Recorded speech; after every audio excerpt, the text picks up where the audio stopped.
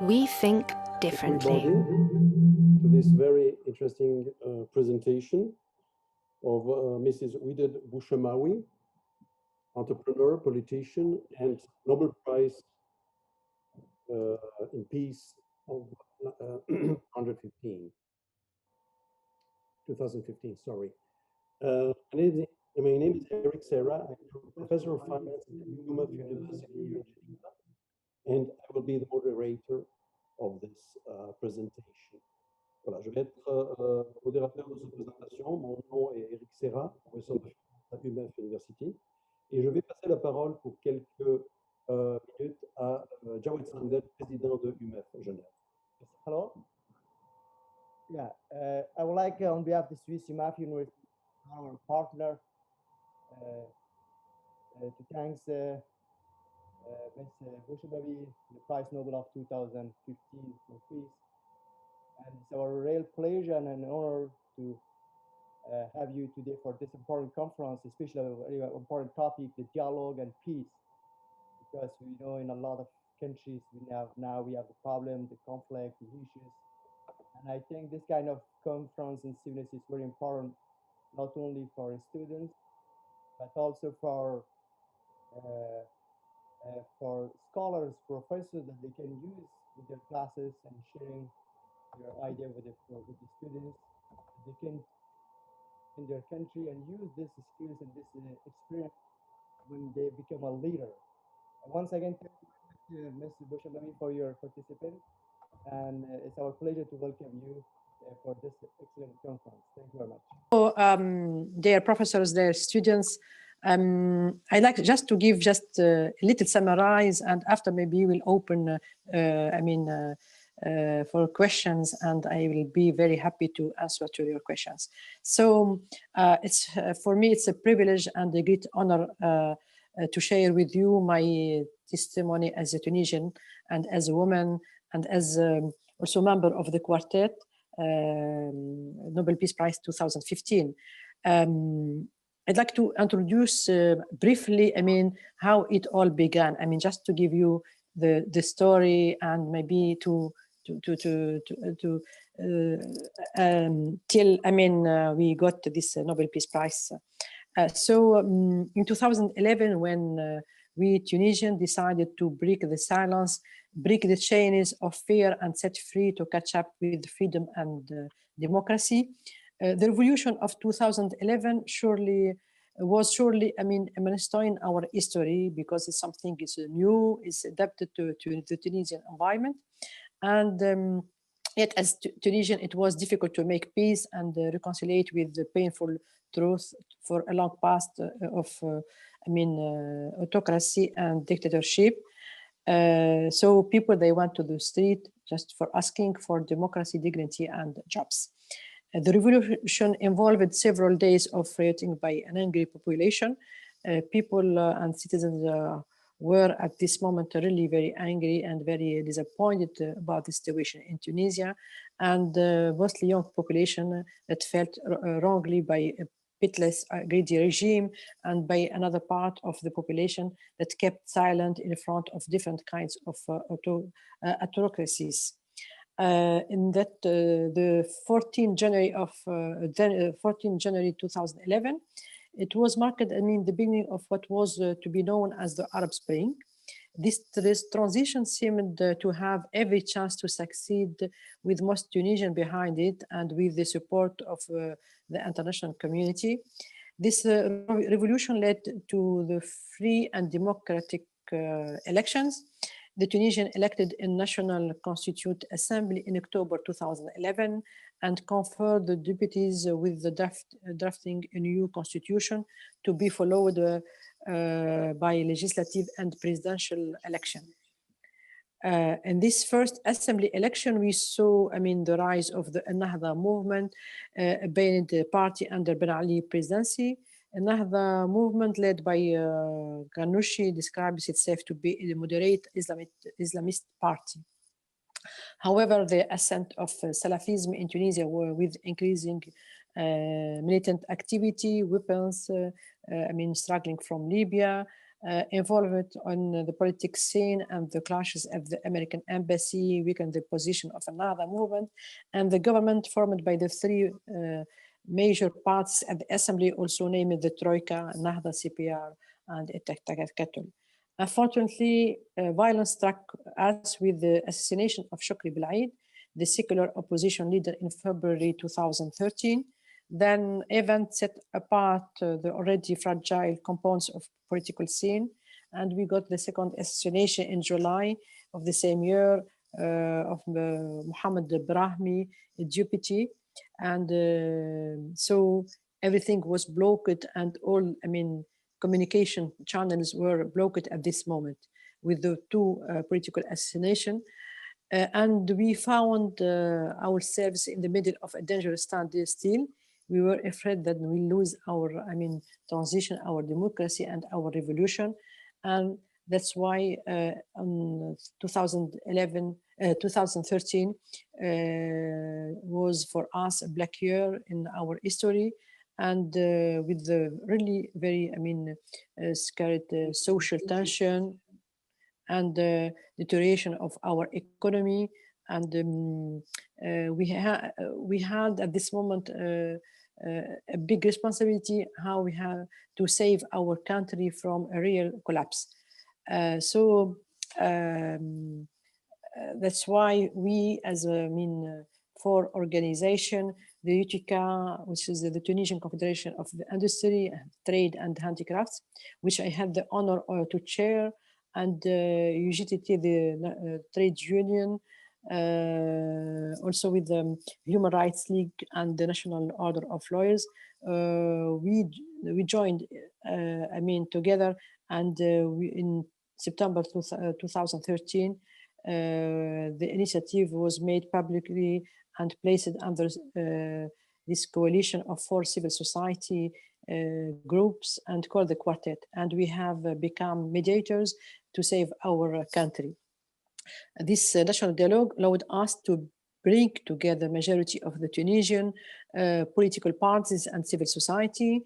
Together, we draw up a roadmap for a democracy. We succeed in establishing a modern constitution for Tunisia's future. And thanks to the willingness of the political parties and the engagement of Tunisian society, we were able to establish a modern democracy. We had a democratic election, and our constitution guarantees free election, freedom of the press, gender equality, and also the secular nature of the government. Tunisian trusted us to be their voice, so we became a sort of savior for civil society, and it was a big responsibility for us as Quartet, and it was our job to find a peaceful solution to our revolution and ensure a democratic outcome. Hopes were so high, but our will was also even stronger. We made Tunisia different, and we changed Tunisia.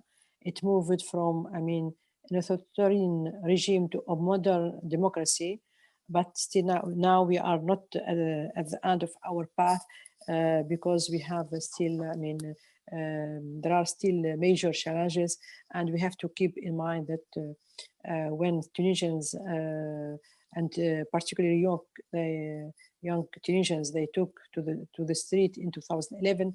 They asked for democracy, dignity, and jobs. We may have given them democracy, but only jobs and hope in the future can provide dignity. And that's why there is also, I mean, big challenge here, and very great, very big one, because the rate of unemployment is too high, and we are faced, I mean, to how to have better economic growth, how to reduce the unemployment. I think solutions are there, but we cannot achieve them alone. We need to be to focus on dialogue, because dialogue is important for all countries, and I think it's through inclusive dialogue that we can assure democratic transition. And to involve the youth and to involve women and this dialogue, we can really go forward, and we can achieve what young people asked for, I mean, in 2011. I don't know if you'd like that I speak about my role as women, or I'll keep this for questions. Mrs. Bouchamaoui, for this very good introduction of what happened since 2011. We can go to the questions that you can ask in French or in English, if you wish. So who is asking the first question?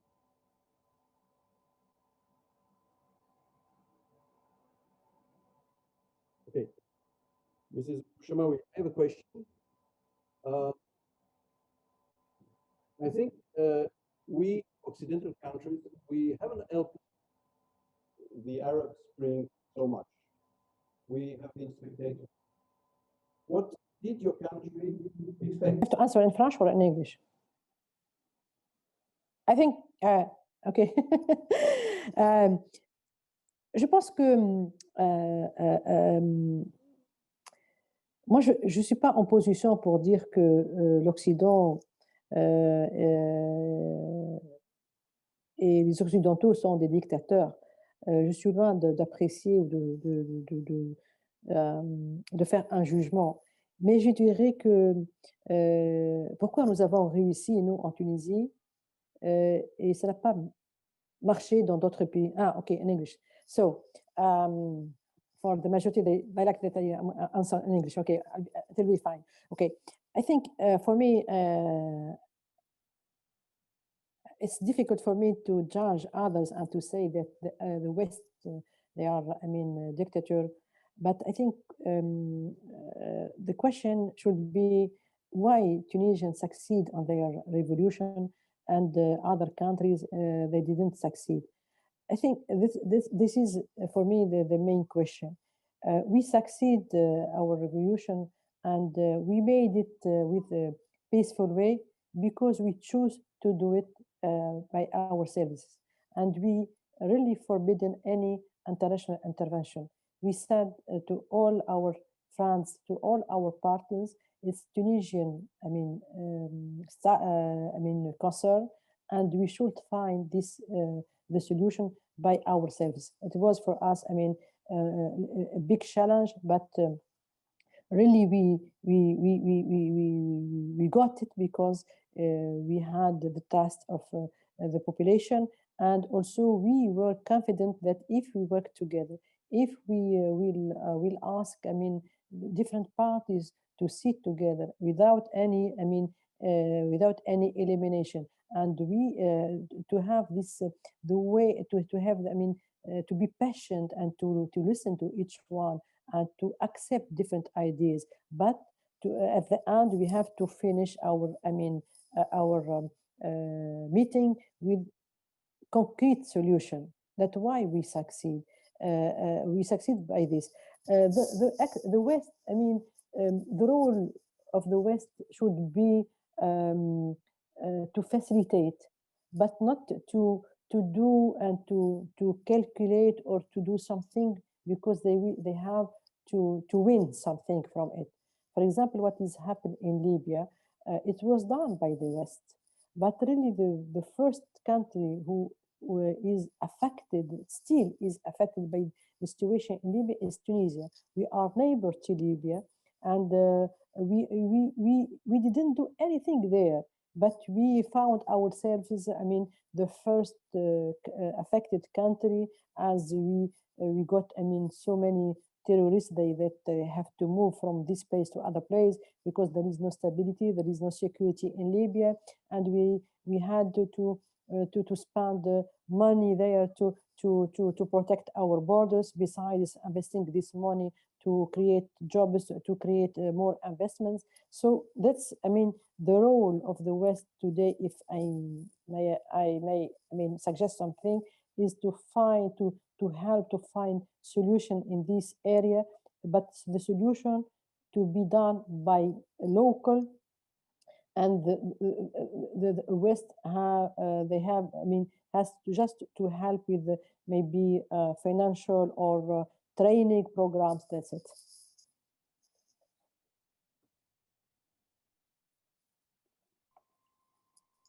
Well, hello. Thank you very much.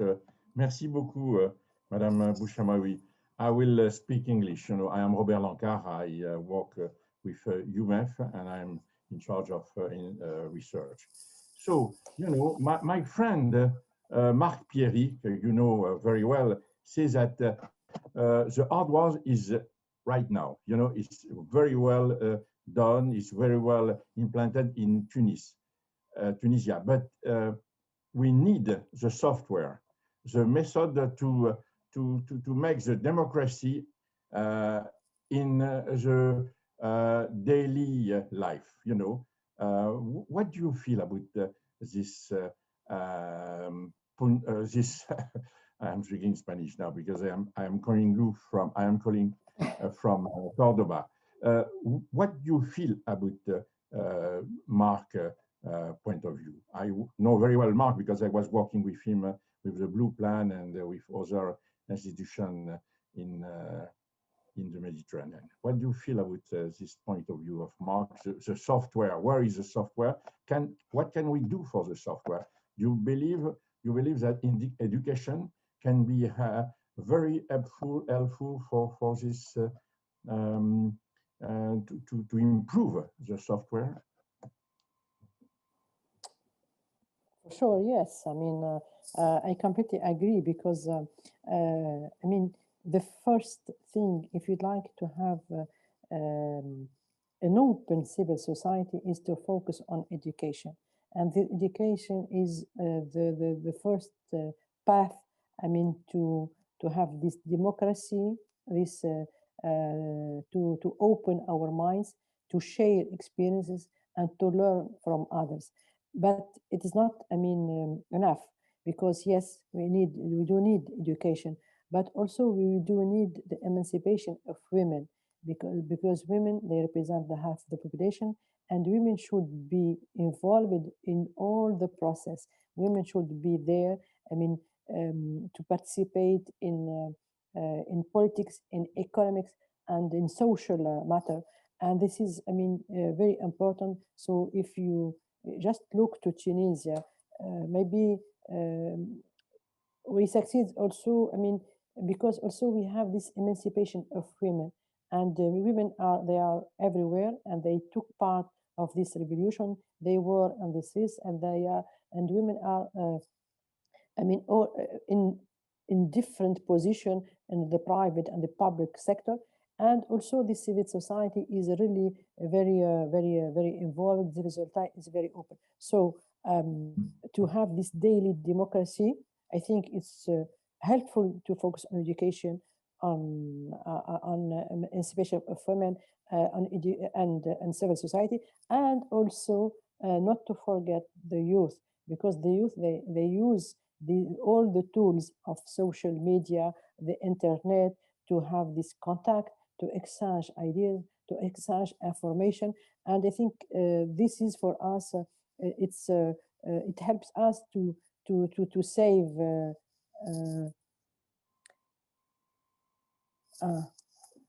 to say they asked me for a technical question, and it's important, I mean, to save the democracy if we have I mean, we focus on this software, and to leave the way this channel of exchange. I think it's very important. Yes. Thank you very much. It's very kind of you to be with us. No, may I talk a little? May I ask you something? Francis Gilles, you know, perhaps it was for the Financial Times, and he told me yesterday that he's not very optimistic about the future of democracy in your country. He says that there is a lot of problem. He said that and what is your feeling about what is occurring today in Tunis? Yeah, for sure. Yes, you are right. I mean, situation is a little quite, I mean, confused today.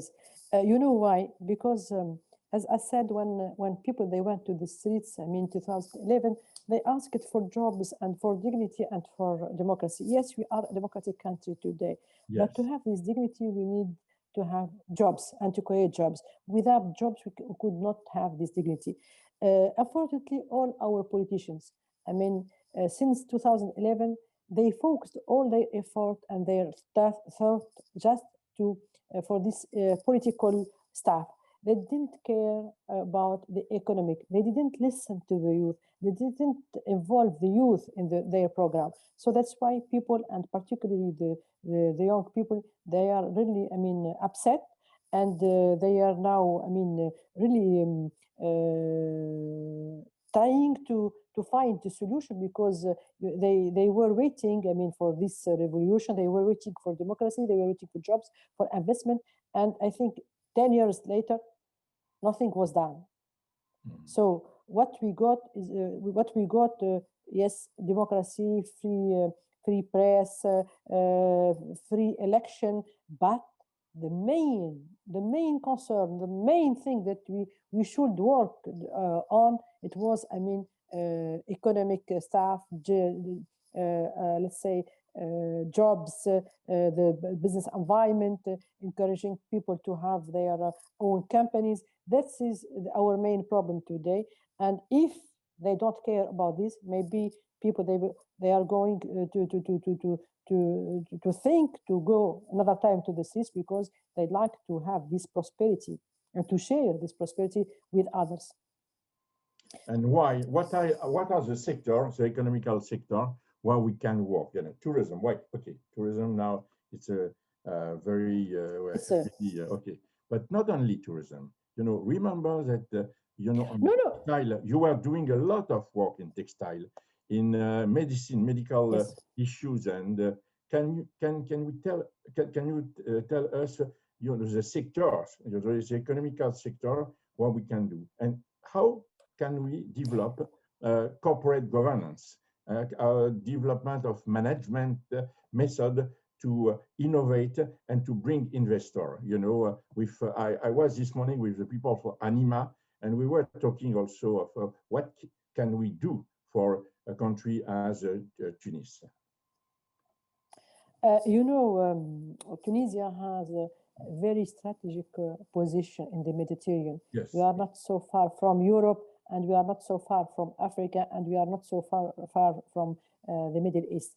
Also, Tunisia, I mean, signed this agreement with the European Union, so we can export and import without paying taxes. And we have 1,300 I mean, foreign companies in Tunisia. So they are here, and they are established in Tunisia, and they provide more than 300,000 I mean, jobs.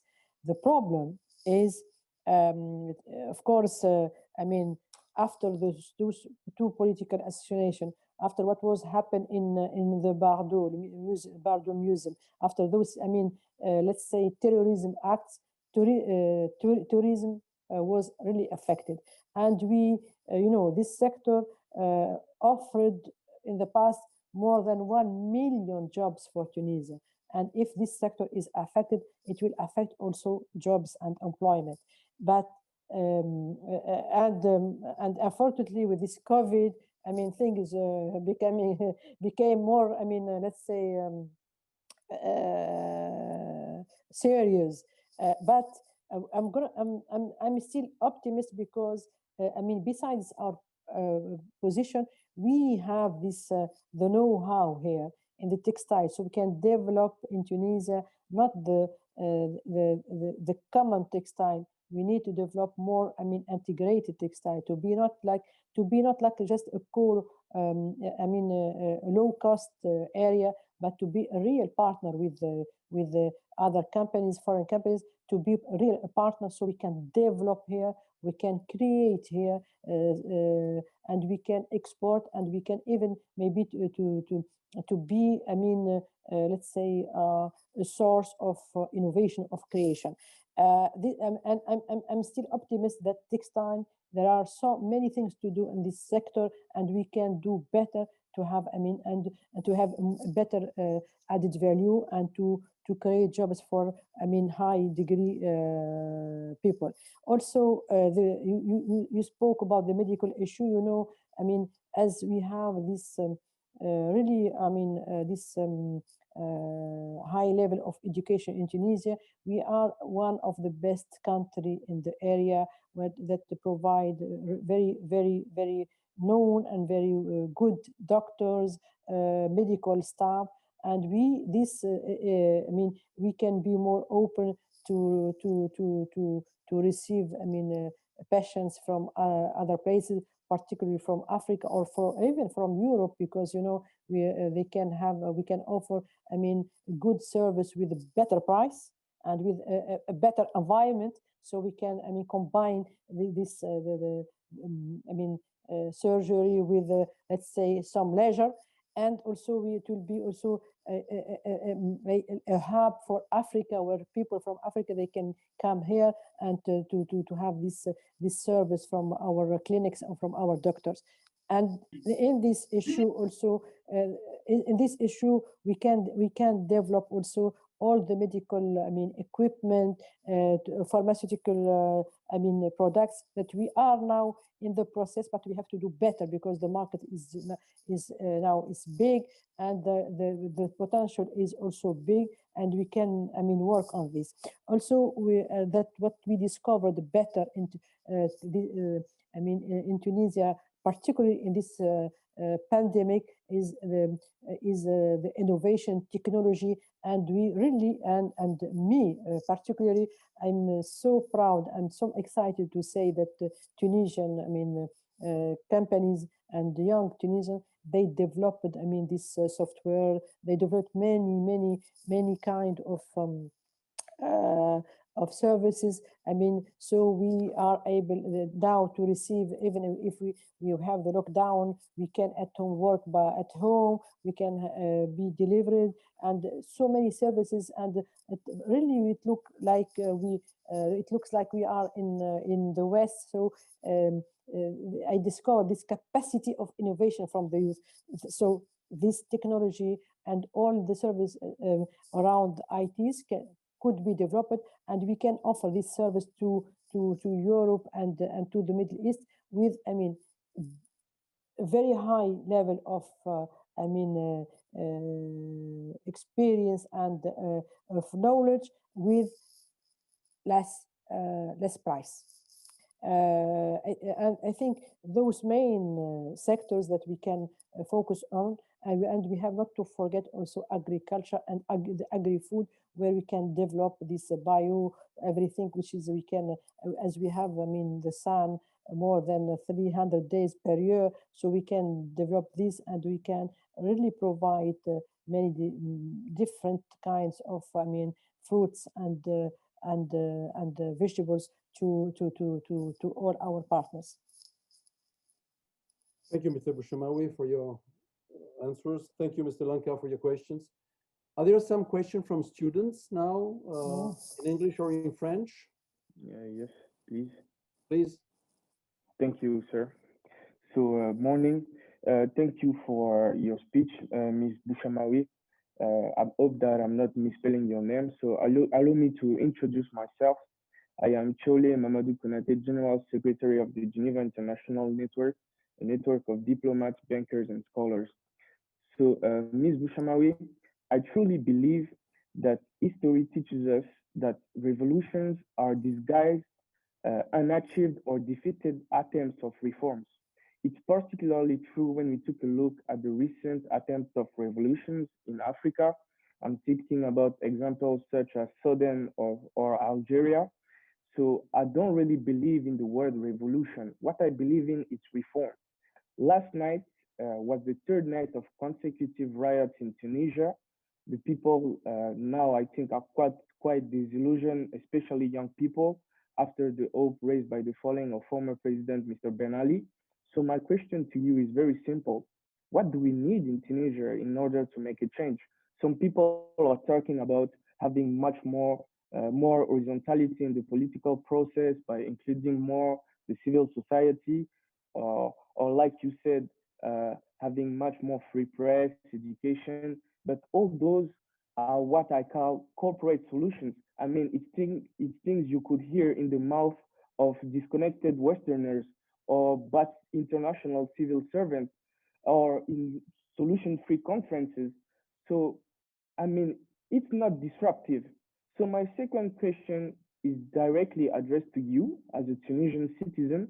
To you, what are the main elements that could possibly explain the failure of the revolution in Tunisia? And one, what could we expect in the future from the Tunisian government? Thank you. Thank you, Mr. Konate. Is there some other questions or perhaps the answer of Mr. Bouchamaoui? Do you have to add something? Or? I think if I'm going to receive all the question, and maybe I'm going to answer it. Will be no, as you like. Okay. Is there some other questions from other students or professors or audience? Oui, bonjour. Bonjour. Alors, je ne sais pas si vous me voyez. Alors, bonjour, je suis Chabi Mourad, j'enseigne et je contribue à l'UMEF pour des enseignements. Moi, je suis basé en France, mais j'ai eu l'occasion de par mon nom, Chabi, hein, les origines que sont ceux de mes parents, aller en Tunisie assez régulièrement. Donc, j'ai suivi beaucoup cette question de la révolution tunisienne. Et alors, je vais vous poser des questions, mais qui vont peut-être secouer un peu, entre guillemets, le cocotier, dans le sens où cette révolution, ce mouvement, hein, cette phase d'insurrection en Tunisie, a peut-être enfanté, entre guillemets, d'un nouveau pouvoir démocratique, mais ne pensez-vous pas qu'au-delà de cette phase de changement à la tête du pouvoir en Tunisie, je rejoins un peu dans les propos que je vais évoquer M. Konaté, qui disait quels sont les éléments qui sont manquants. J'évoque là la Tunisie. A-t-elle concrètement réellement entendu les messages ou les politiques tunisiens ont-ils concrètement entendu le message de la rue tunisienne et du pays entier? Je ne parle pas d'une partie des élites hein, qui ont ici et là pu gouverner en partie le pays. Lorsque moi je me rends en Tunisie, je me rends compte qu'à l'intérieur de la Tunisie, nous avons deux Tunisies. Il y a deux Tunisies. Il y a la Tunisie de la côte et la Tunisie de l'intérieur. La Tunisie de l'intérieur qui est complètement délaissée, paradoxalement dans la Constitution, dans les textes, dorénavant, tout est pris en compte. Hein. Les budgets de l'État doivent être en partie redistribués à l'intérieur des territoires. Les jeunes, vous avez évoqué le taux de diplôme qui est très fort, mais le taux de chômage qui est abominable. Plus de la moitié de la population tunisienne, des jeunes diplômés, veulent quitter le pays. Ils ne se voient pas un avenir en Tunisie, donc ou principalement en Europe ou en Amérique du Nord, au Canada. La plupart des jeunes veulent quitter le pays. Rien n'évolue, rien ne change, rien ne bouge. La corruption est en train de gangréner le pays. Vous avez un système économique qui n'a pas été reconstruit, repensé. Vous avez évoqué pas mal d'éléments, mais vous n'avez parlé que des stratégies futures en direction des pays occidentaux et de l'Europe. La Tunisie, j'ai l'impression qu'elle tourne complètement le dos à l'Afrique, alors que même s'il y a ici et là eu des accords qui ont été signés pour intégrer des marchés africains, la Tunisie tourne le dos un peu aussi à, entre guillemets, ces enfants de l'étranger qui ont voulu, dans un premier temps de cette révolution, aider et qui se sont retrouvés confrontés à des murs, à des administrations pléthoriques. J'ai beaucoup de personnes que je connais qui ont voulu monter des projets et qui finalement ont tous terminé au Maroc, parce qu'il est beaucoup plus simple de monter des produits, des entreprises, au Maroc, en Tunisie, ou les pesanteurs administratifs, ou peut-être aussi une élite économique qui ne veut pas de cette révolution. Donc, c'est un ensemble de questions qui m'amènent à dire, ou d'éléments de perception que j'ai pu voir ici et là, qui m'amènent à dire, pensez-vous encore aujourd'hui que la révolution puisse arriver à son terme, et les Tunisiens ne doivent-ils pas faire une deuxième révolution, celle des mentalités et celle du changement politique et économique profond? Voilà, c'est un peu le sens de ma question. Merci. Merci. Est-ce que, Chamaoui, vous voulez répondre maintenant, peut-être plutôt en anglais? Oui, oui. Comme l'anglais? Je vais essayer de faire les deux. Voilà. Okay, just for the first, I mean, not a question, but I mean, 2 or 3 questions at the same time. Just to say, I mean, For me, I don't know if we have to qualify this, what was happening in Tunisia, revolution, changement, something. It's, for me, it doesn't matter. What was happening in Tunisia is something new. So people was there. People, they took the initiative to make the changement. That's it. What is very important. And really, we achieved this. We are now, I mean, a democratic country, and thanks to the hope of and the will of Tunisia. This is very important. And really, believe me, I mean, through what we got, I mean, from the election, from our constitution, from everything, we are a democratic country, and we have not to be ashamed what was happened here. We have to, contrary, we have to be proud, because we look like other, I mean, Western countries in this. But that's what people they looking for. They were looking for more democracy, more openness, more to have the right to choose, I mean, and to elect, and to not to be, I mean, oriented. This is very important. But the main problem, let's say, is the result of this. The main problem is that people, the politician, they didn't understand the main reason of this. Yes, we called for a changement, but we called for change in politics, in economic, and in social, I mean, matter. I'm going just to explain. As you said, there is in Tunisia, I mean, two kind of Tunisia, in the coast, the coast one and the interior region.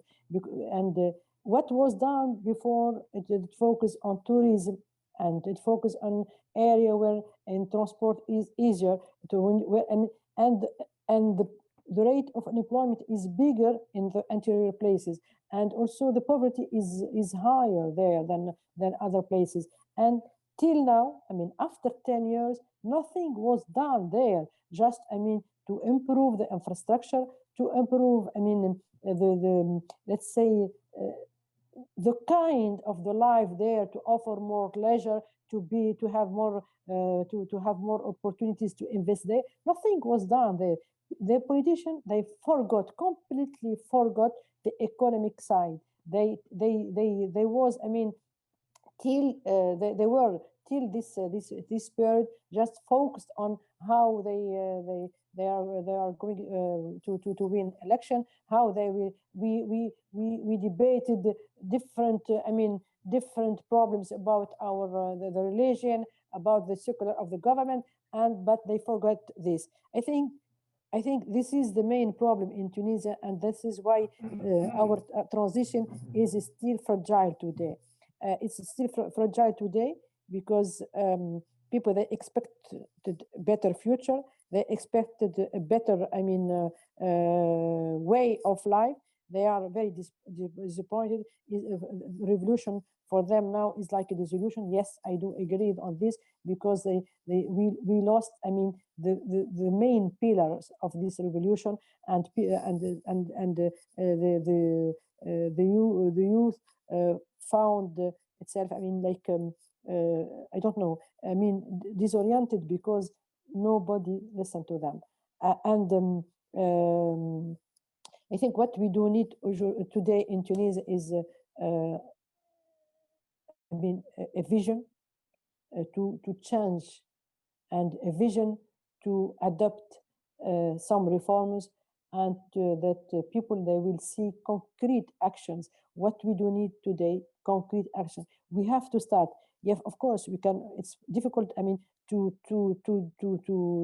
do everything in the same time, but people, they do need to see that the government is taking care about their concern, and the government is starting to make reforms, is starting to take care about interior regions. And I'm sure if if the politicians are more shocked, they have to think better and twice before, I mean, before going to the next elections. For the, I mean, for the what remains, why politicians, they didn't listen, I mean, to people. I said, I mean, the problem is that for us, I mean, we live it, I mean, for decades with one regime, with one party, and we didn't have the chance to choose and to be involved in politics. When we got the election, some people, they found this freedom to be more to be more involved. So that's why they created many parties. We have more than 250 parties. I mean, this number of 250 parties, I mean, it's very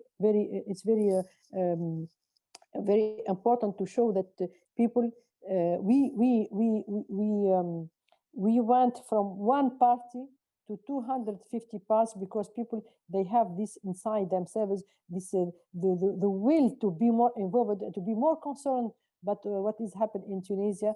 And so I think politicians, they listen to just one party. I mean, one thing about our what we asked for. Yes, I'm also so, I mean, I feel not good when I saw this big number of the young people that they have to leave Tunisia, to immigrate, and to cross the Mediterranean to go to Europe, because they are looking for a better dream, they are looking for a better future. They were thinking that they still think that if they go there, they will have a better life, better condition, and maybe they are looking for something different, and they think that life is easier than than in their country. Democracy is good, but they do need also this prosperity. This is, I mean, for me, really. You know, I'm also a mom, and I have two adult sons, and I'm aware about this concern, because if we, I mean, this let's say, educated or not educated people, they have to leave their country. Maybe we will lose a lot here, because we invested in education. If this, I mean, let's say, this elite will, because we have both, we have the elite,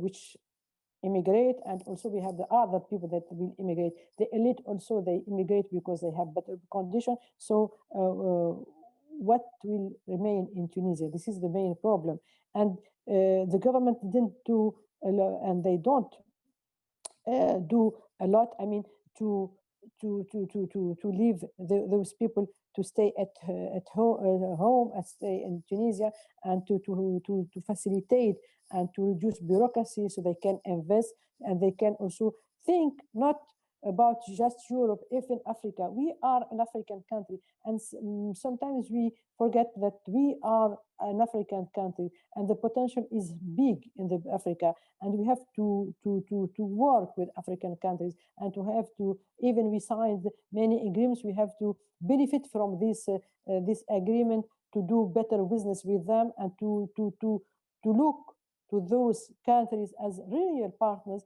and we can together maybe make this bridge, and we can together be, I mean, for a force to export, or to invest here or there. I'm not sure we'll have a second revolution, but I think time is really difficult for politicians today. If they don't, they are not going to listen, if to the young people, if they are not going to listen to the Tunisian civil society, if they are not taking care about their concern, I think they will have a very hard time.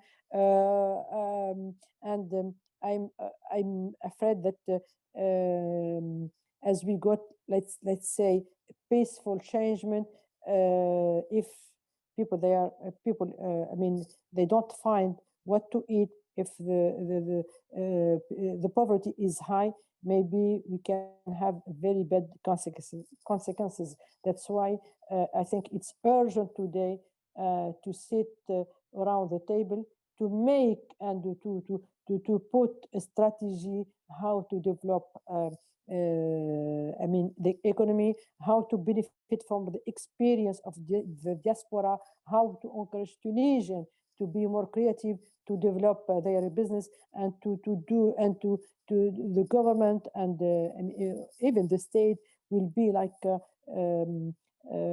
let's say a facilitator, not to I mean to block or to be like I mean just they are just to handicapate I mean others. This is very important for me. That's why time is urgent for Tunisia, and I think this is the only way to save this change in Tunisia. This is the only way to resolve problems in Tunisia. Thank you so much. Thank you, Mrs. Bouchamaoui. Is there some other questions? We still have 10 or 15 minutes for questions. Please don't hesitate. Yes. Hello. Yes. Can you hear me? Yes. Okay. Well, I have a question. First of all, thank you for taking the time to come speak with us today. My name is Philip. I'm a student at the UMEF University. And I believe you answered this question partly when you spoke about social media and the different mediums that people can take. But what are some steps or some actions that people, especially in developed countries, can take in order to ensure that democracy grows and that people are respected and they can proliferate the ethical treatment of citizens by their governments, especially in like African countries or countries in the Middle East where it's more of a dictatorship?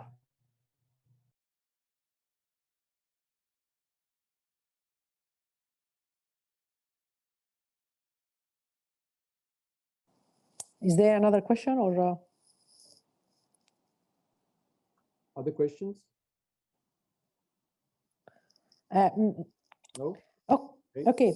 I mean, I spoke about social media because for me, I mean, and for all of us, social media in 2011 was a big, I mean, a very important element. It was the channel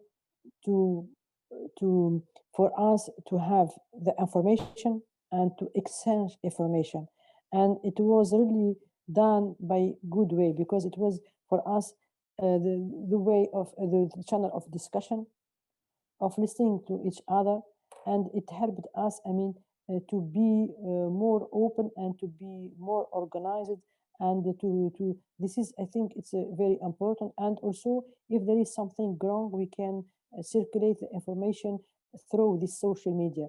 The social media was and is still a channel to give the information in Tunisia, and we have 70%, I think 70% or 80% of the population that they use, they have the smartphone and they use the Facebook and they use, I mean, it's very important in a country like Tunisia.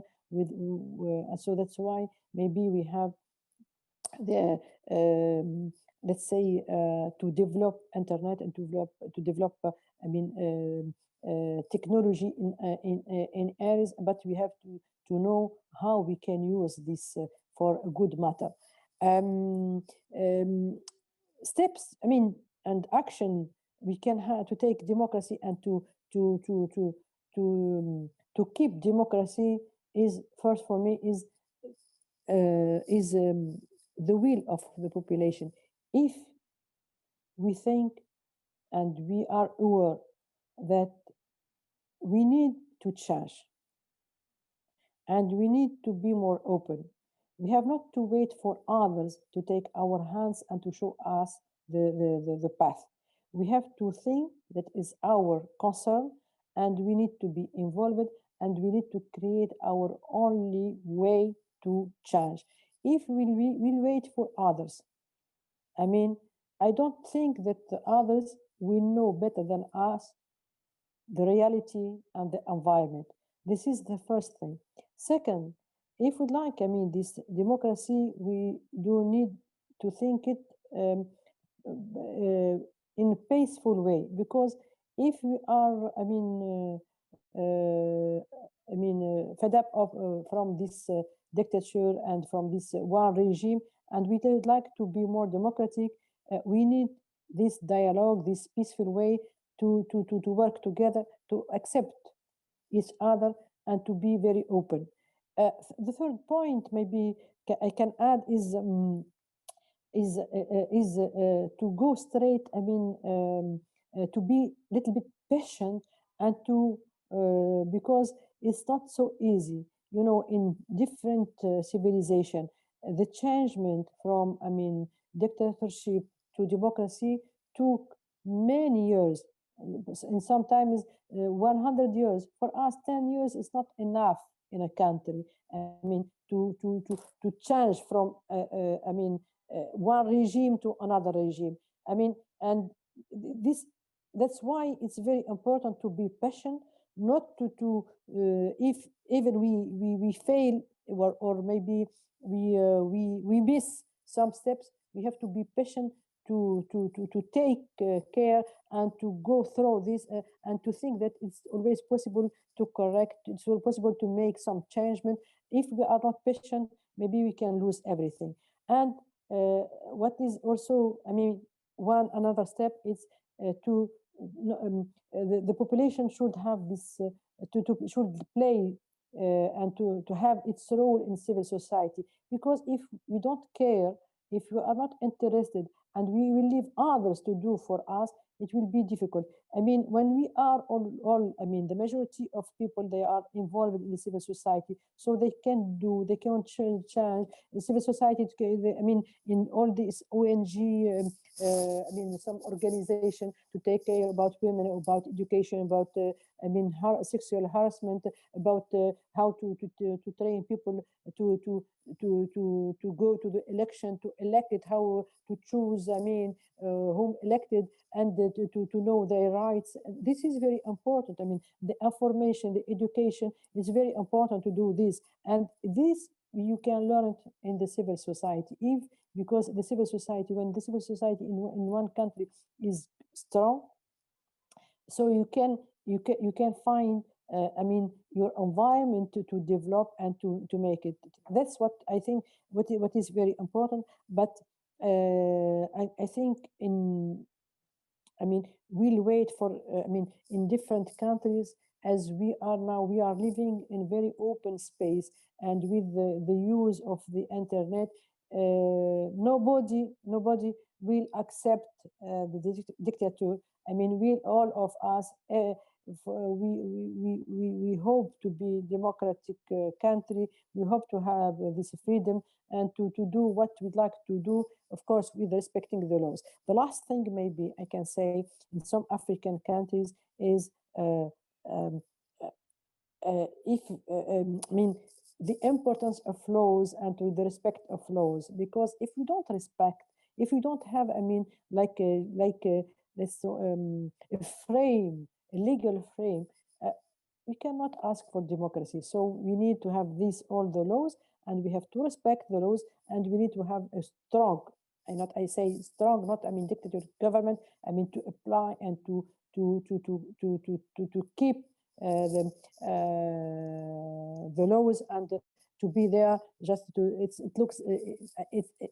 the eye to focus that people, they can respect the law. Thank you, Ms. BOUCHAMAOUI, and I perfectly agree with you that we have to be patient with democracy, because if we see the last events in Capitol at the beginning of the year, we see that we have to be very patient, indeed. I personally have a question, Mr. BOUCHAMAOUI. Do you consider yourself as an exception, as entrepreneur woman in Tunisia? What is the role of other entrepreneur women? What is the role of women in Tunisia today?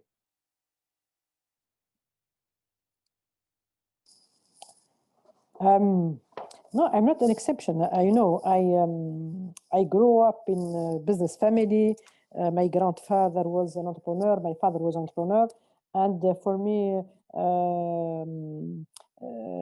it's the family environment is very important for me because my father he made no difference between girls and boys, and contrary, he encouraged us, all to study, even though he hadn't finished his primary school, and he believed in all of us. And he and my mom, they told us the values of human life and our responsibility to the society. I think it's very important when you are educated in this way. You'll be more open and to accept others. And so, as I grew up in this family, maybe I was responsible to continue this achievement and to continue to work with my brothers and sisters in this family business. And this is, I think, it's not an exception. We have many Tunisian entrepreneurs and Tunisian women that they choose this way. It's not difficult. It's a risky way. To be entrepreneur because it depends on different. It depends on the different factors. But I think when we have the will and when we are honest and we would like to succeed, I think maybe the journey is difficult, but we have to be patient, as I said, and we have to believe in ourselves and to be confident that we can succeed as others are succeed on this. The role of women in Tunisia, of course, is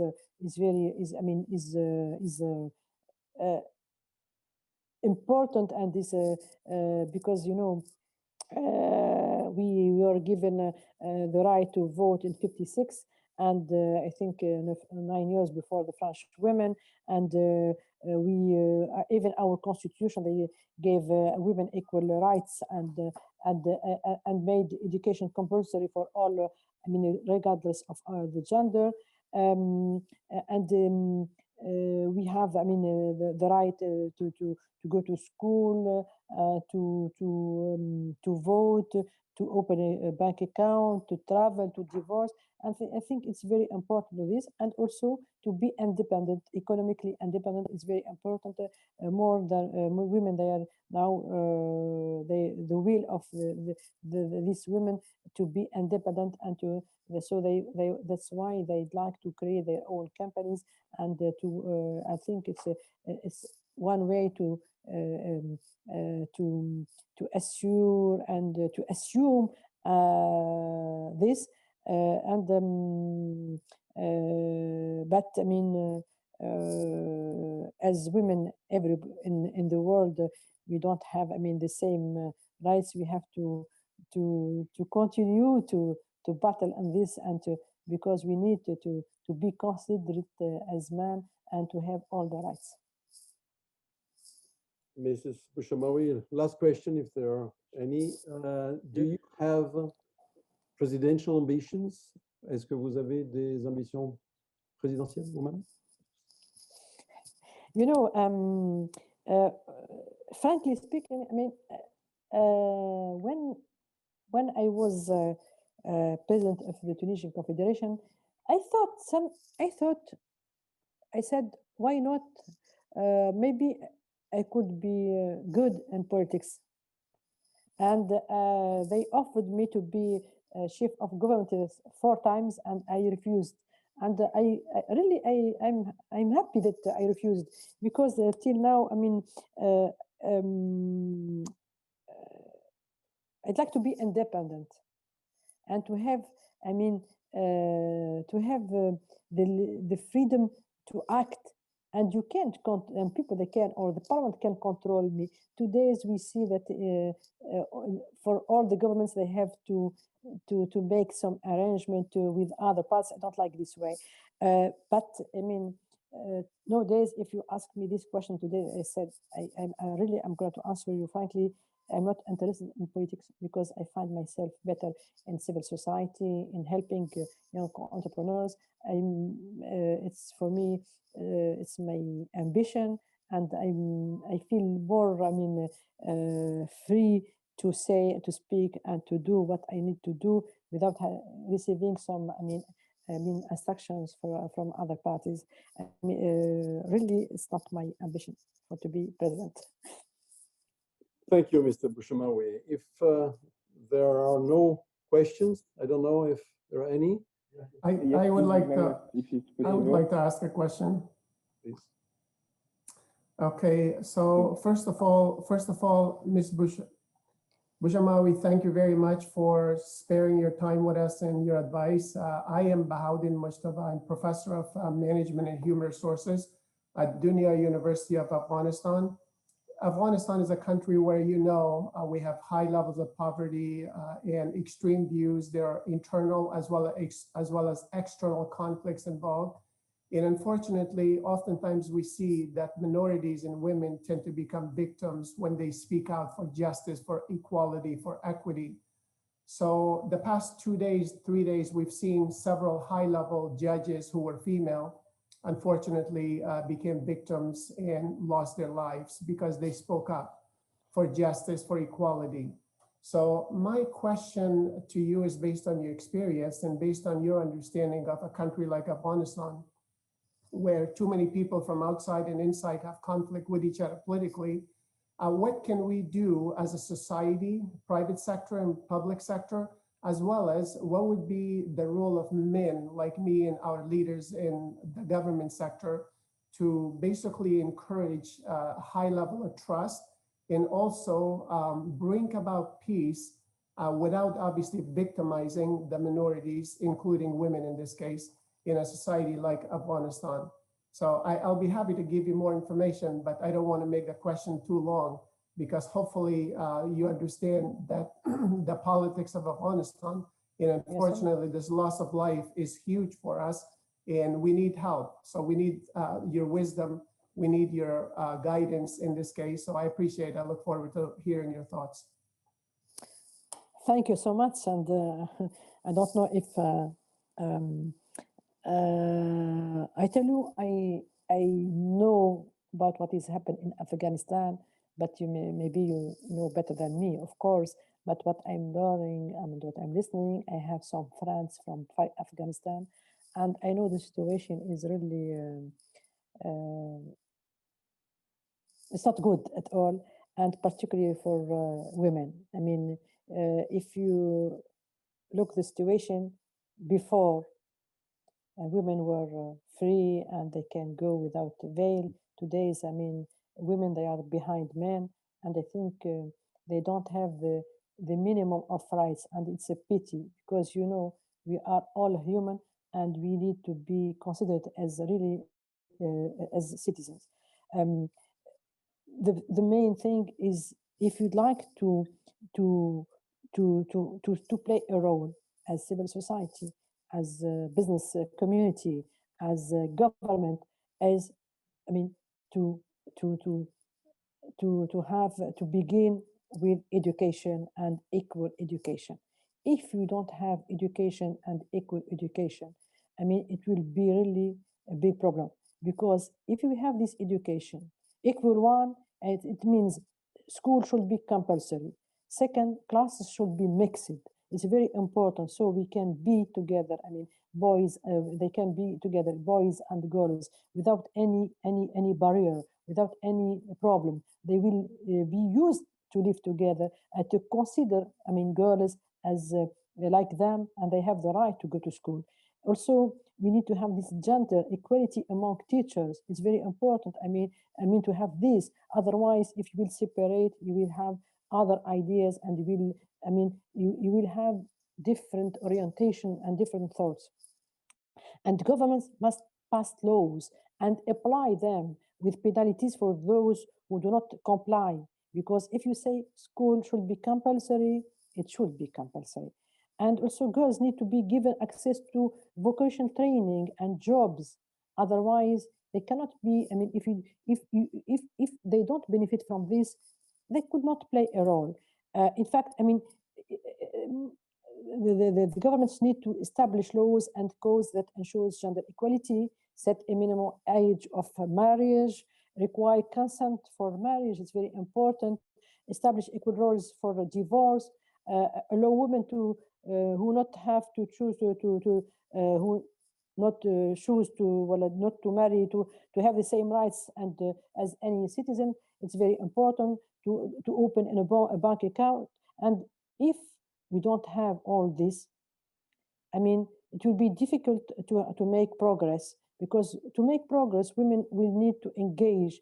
And in what I mean, the America's affirmative action call is set quotas for gender equality. We can start with setting quota, so people, they will learn to have women with them, among them.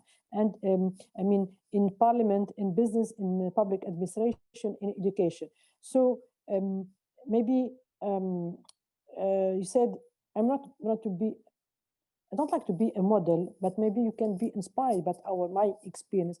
I think it's what is important is we can, I mean, as women, how we can, what we have to do to advance this gender equality. We need maybe to set an example. If some women, they succeeded on something, we need to set this example so others can follow.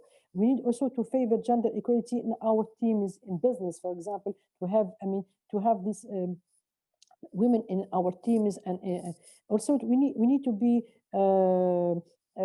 vocal about our own experience, about how we overcame and obstacles. It's very important to give this the way. Also, we need to act, I mean, as mentors, and encourage women from all social classes to take charge of their lives. It's very important, this. And we have also to show young women that it's possible to be independent and to succeed.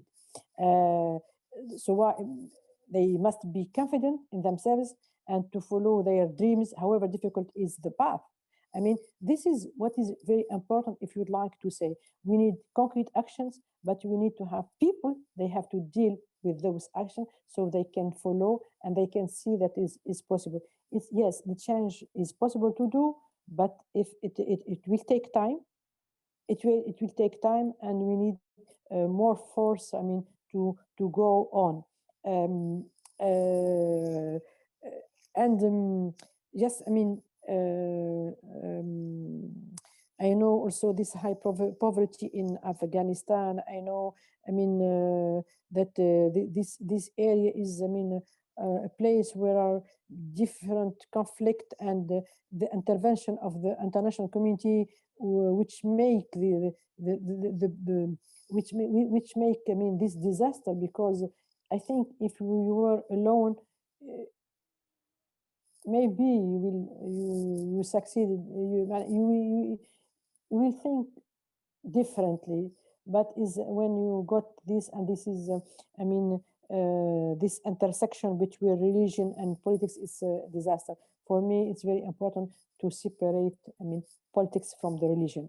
Religion is good, and we have, but it's just, I mean, private thing, and politics is to be for all people, and we have to accept a different religion. We have to accept differences everywhere. Well, thank you very much for sharing your insight. We certainly appreciate it. All of those are excellent wisdom for all of us, especially in Afghanistan. And unfortunately, if we're not capitalizing on the wisdom and insights and education of the 50% of the population, the country will continue to suffer. So all of these thoughts that you mentioned, I tried to write some of them as quickly as I could, but we will certainly pass it on in our classes and also write articles related to those. In the chat room, I noticed that some of my colleagues and some of our students have mentioned, and they wish that you come and help us in future events, especially when there are conferences for women, and to basically honor us with your presence and wisdom. So hopefully you'll consider that in the future. Thank you again, and I appreciate your thoughts and wisdom. Thank you for being here with us. It will be with a pleasure. Yeah, thank you so much. Thank you, Mr. Bouchamaoui. If there is no other question, we thank in name of UMEF of your presence. We have been very proud to have you in this conference, and we hope that we will meet you not virtually, but in reality in Geneva whenever you come here. If you allow me, I would like just to say a couple of words. super. I'm sorry for interrupting first. I am from Fon University, now American University of Europe from Skopje, North Macedonia. I want just to greet my friends, my partners from Swiss UMEF University, Mr. Javed Sandel, and all the team from Tunisian University and all the colleagues I see also from Kosovo. And I want to congratulate especially to my dear friend, Habibti, you look very nice. Thank you so much. This Corona time makes you more beautiful, and I see you. I hope to see you soon also, not only in Switzerland, but also in our country.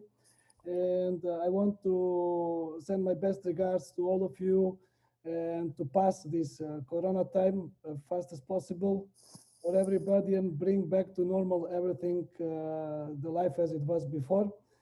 Actually, not as it was before. We should make it to be a little bit better than before. And just wanted to support these ideas with our partner university from Geneva. And I wish a lot of success to each of you, to everybody, those who are students, those who are teaching staff, and also I think we have somebody from the business sector. We have to work together to make the world better in every place. Doesn't matter where it's where we are belonging to. Thank you very much. Thank you. Also my thank you so much, Sefer, because it's I'm so happy to see you even virtually. Maybe inshallah, I hope we'll meet together. I mean, as soon as possible. Yeah, we have to do this conference between the Fon University and Swiss UMEF live. Hopefully after the summer we will have those conditions to do it. And maybe in Afghanistan, why not? Or in Tunisia. Why not? Yeah, why not? You're welcome. Yeah. You're welcome. It was a pleasure. Thank you very much. Thank you so much. Okay, thank you very much to everybody to have been here and to have so many questions and so many answers. It was very interesting. And as Sefer said, we hope that we will see each other in vivo, as we say in Latin. Okay. Merci à toutes et à tous. Merci, Madame Bouchamaoui. J'ai été très fier de vous avoir dans cette conférence. Et nous remercions tous les participants, les étudiants, les professeurs, et tous ceux qui ont posé des questions ou ceux qui n'ont pas posé des questions, en fait. Merci. Merci à tous et à bientôt. Merci à vous. À bientôt. We think differently.